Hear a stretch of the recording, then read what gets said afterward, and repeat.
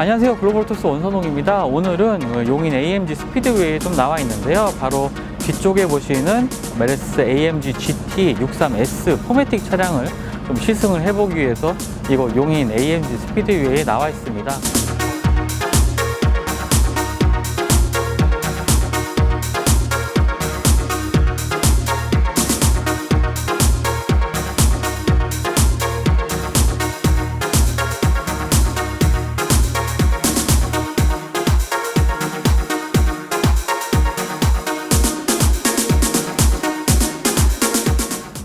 메르세데스 AMG 같은 경우에는 전 세계적으로 한 15개 차종이 있습니다. 상당히 조금 고성능 모델이 있긴 하지만 다양한 라인업을 가지고 있는데요.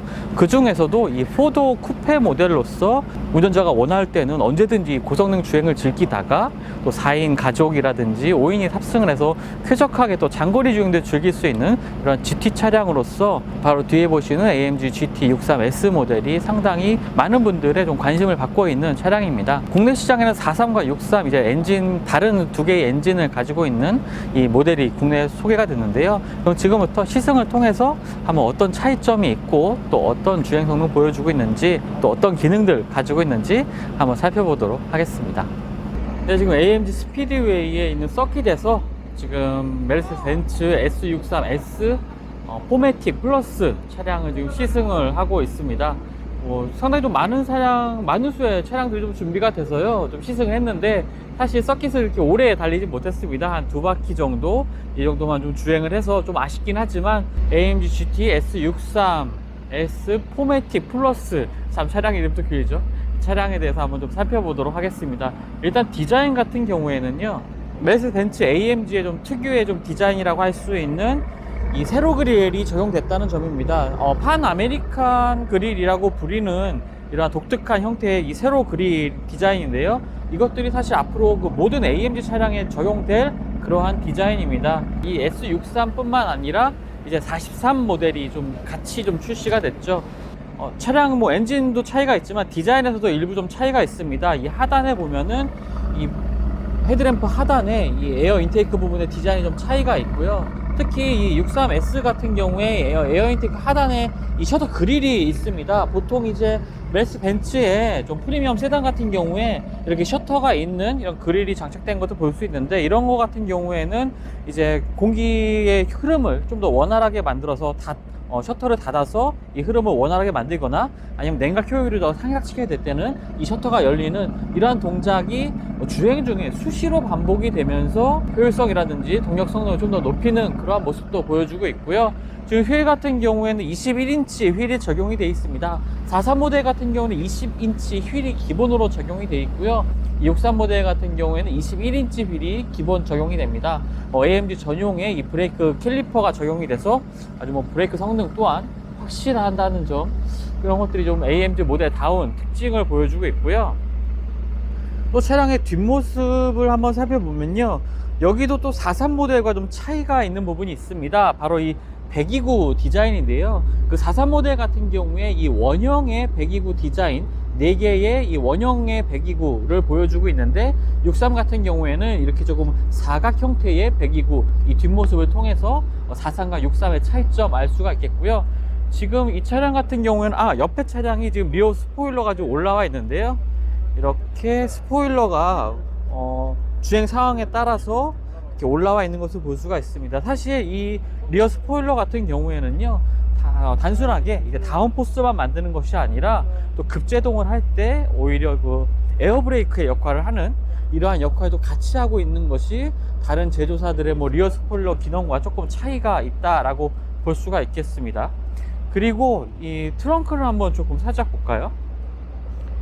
이 63S 모델의 특징이라고 하면은 정말 이 뛰어난 이 고성능의 차량이긴 하지만 상당히 넉넉한 실내 공간, 적재 공간을 보여주고 있다는 것도 중요한 특징입니다. 지금 460m 정도의 아주 잘 정돈된 사각형으로 이 벽면도 잘 정리된 이러한 적재 공간을 보여주고 있는데요. 보통 이 공간에 골프백 2개 정도가 아주 넉넉하게 들어가고, 여러 가지 보스턴 백들도 한 3개 정도가 추가로 들어갈 수 있는 공간입니다.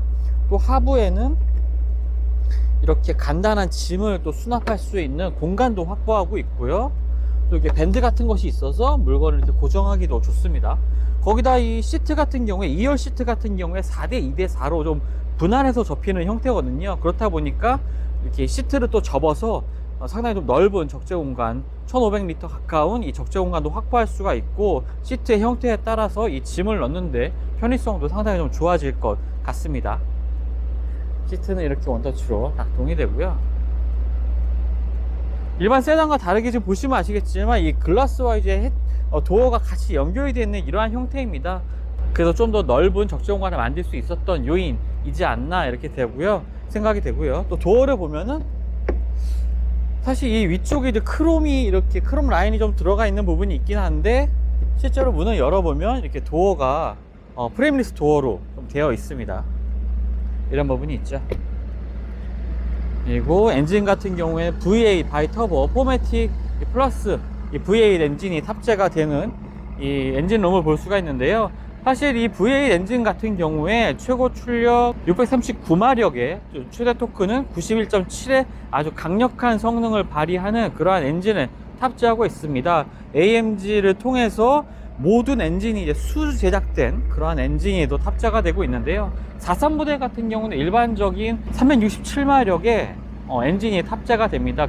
43에 탑재하는 엔진의 좀 가장 큰 특징이라면 이제 EQ 부스트라는 기능이 더해져 있다는 건데요. 마이드 하이브리드 시스템이라고 보시면 됩니다. 이런 것을 통해서 한 22마력 정도의 출력이 좀 더해진다고 하니까요. 실질적으로 43 같은 경우는 한 380마력 이상의 출력을 발휘한다라고 보시면 되겠고, 이 V8 엔진 같은 경우에는 기통 휴지 시스템이 좀 적용이 되어 있습니다.